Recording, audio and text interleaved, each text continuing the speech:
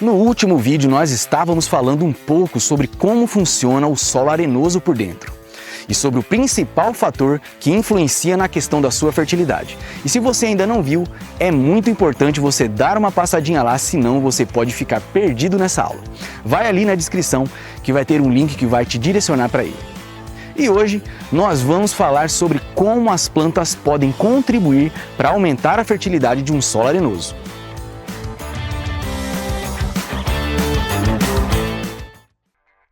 Basicamente, para se produzir nesse tipo de solo, você tem que promover uma parceria que não pode ter fim.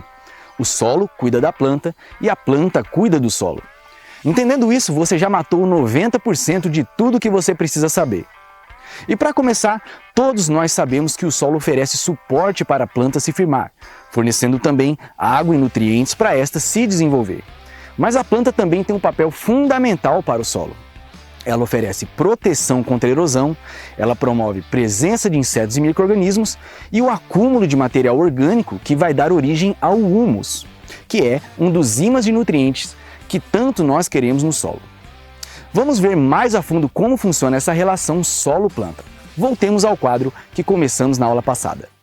Rapidinho, só para te convidar para conhecer a Rural Deals, a ferramenta que os produtores rurais estão usando para fazer negócio. Lá você pode comprar e vender de tudo do agro. Link logo abaixo na descrição. Lembra que no vídeo passado nós vimos que a argila tem um papel importantíssimo na fertilidade do solo? Isso porque ela é responsável por armazenar os nutrientes. Pois bem, as plantas também conseguem segurar os nutrientes no solo, só que de uma maneira um pouco diferente, por um processo chamado de ciclagem de nutrientes. Vamos ao exemplo.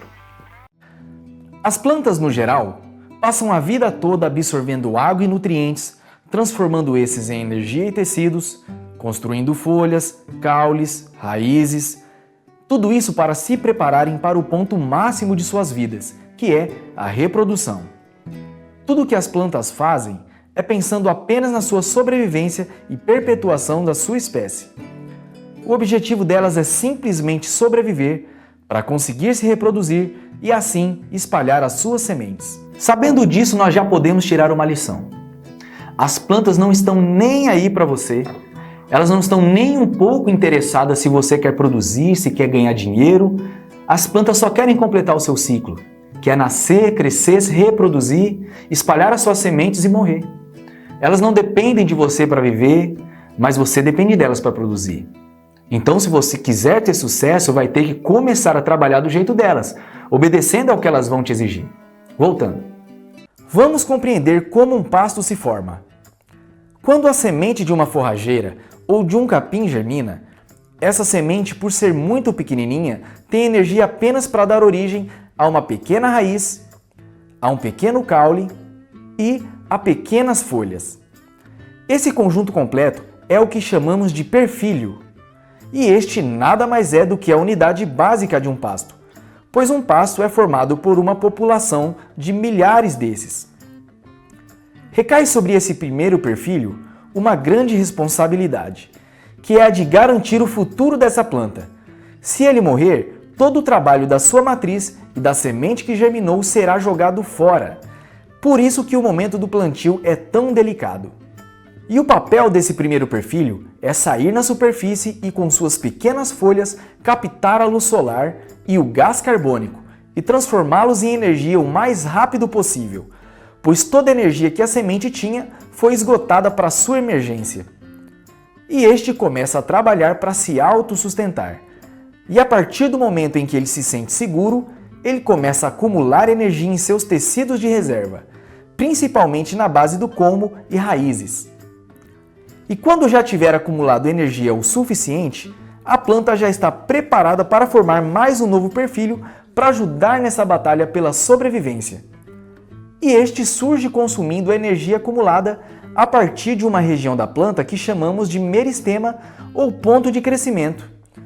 É como se fosse um local cheio de células-tronco que vão dar origem a novos caules, folhas e raízes. Este processo vai se replicando e assim surgem vários outros perfílios, que juntos formam o que chamamos de touceira.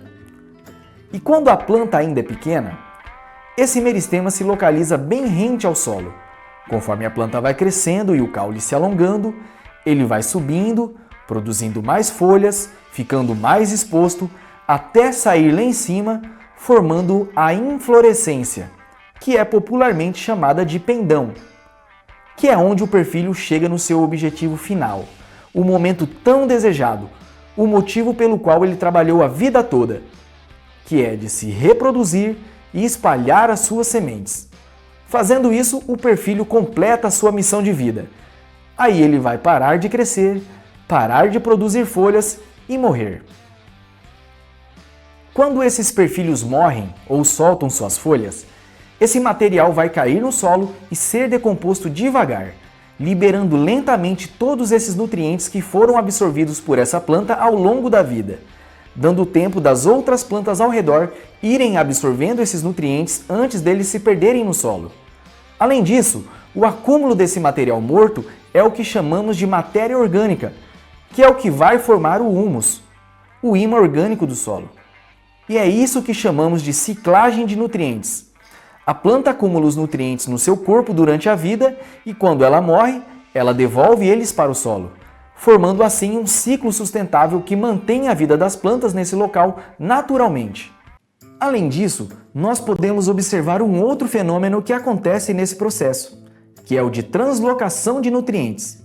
E o que isso quer dizer? Quer dizer que as plantas têm o poder de transportar os nutrientes de um lugar para o outro dentro do solo.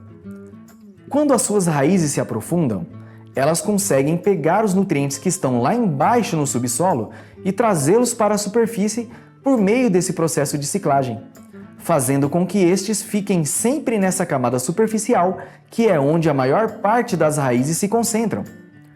Então, quanto maior as raízes das plantas, maior será a sua capacidade de absorção de nutrientes e translocação. Isso só reforça o que já foi falado no vídeo anterior.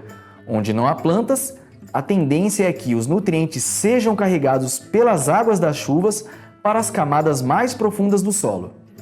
E além desses benefícios químicos que as plantas proporcionam ao solo, elas ainda o protegem contra as gotas das chuvas e enxurradas, evitando assim a erosão. Além das raízes amarrarem o solo como se fossem armações, melhorando a estrutura dele e evitando com que ele venha a se esfarelar, levando em consideração que o solo arenoso precisa muito dessa ajuda, pois ele é muito solto. E mais, as plantas atraem insetos e micro-organismos como os fungos, que ajudam na fertilidade do solo, decompondo compostos orgânicos e transformando-os em nutrientes disponíveis para as plantas. Viu como a natureza é perfeita? Ela por si só se sustenta, nós é quem causamos todos os problemas. Porque quando a gente insere o animal no sistema, nós desestabilizamos esse ciclo perfeito. Porque quando o gado come o pasto, na verdade ele está interrompendo o crescimento das plantas. Porque as plantas agora vão ter que gastar a sua energia, que era para ser usada para completar o seu ciclo, para reconstruir as folhas perdidas. E outra, quando o animal se alimenta, ele está na verdade retirando os nutrientes do pasto para si. E estes não vão mais retornar ao solo na mesma quantidade, mas em quantidades bem menores, por meio da urina e das fezes do animal. Então, com tudo o que foi dito até agora, nós já podemos chegar a 3 estratégias inteligentes para começarmos a trabalhar uma pastagem de forma sustentável em um solo arenoso. Vamos para a primeira delas. Nós vimos que esse tipo de solo tem características muito particulares, então não é qualquer planta que vai suportar esse ambiente. Então a primeira estratégia seria escolher uma espécie de planta adaptada a essas condições. Nós vimos também que o gado leva embora parte dos nutrientes das plantas junto com as folhas do momento em que ele come, interrompendo esse processo de ciclagem de nutrientes que a gente viu. Sendo assim, você é obrigado a repor esses nutrientes por meio de uma adubação. Senão a sua pastagem certamente, mais cedo ou mais tarde, vai se degradar. Então a adubação é algo que é obrigatório. E a terceira estratégia seria o manejo adequado. O manejo é o que garante que o seu pasto e os seus investimentos estão sendo bem aproveitados. Com o manejo você induz o gado a comer o pasto, sem deixar nada no prato, ou seja, sem desperdícios. E desperdício na pecuária é sinônimo de prejuízo. Manejar bem o pasto é também saber quantos animais o seu pasto aguenta suportar. E por quanto tempo também, porque o capim ele precisa de um período correto de descanso para se recuperar após um pastejo. E um pasto bem formado e sem falhas consegue abafar as plantas daninhas, evitando com que você tenha gastos futuros com herbicidas, né? E este foi o assunto do vídeo de hoje. E aí, compreenderam por que um solo arenoso sem cobertura vegetal não vai para frente? Nós temos que aprender a manejar as plantas ao nosso favor e a favor do solo, beleza? E o que você tem achado dessas nossas aulas? Você está conseguindo compreender a engenhosidade que tem por dentro desse tipo de solo? Se sim, deixa um like aí e comenta pra gente saber a sua opinião. No mais, um forte abraço, fiquem com Deus e até o próximo vídeo.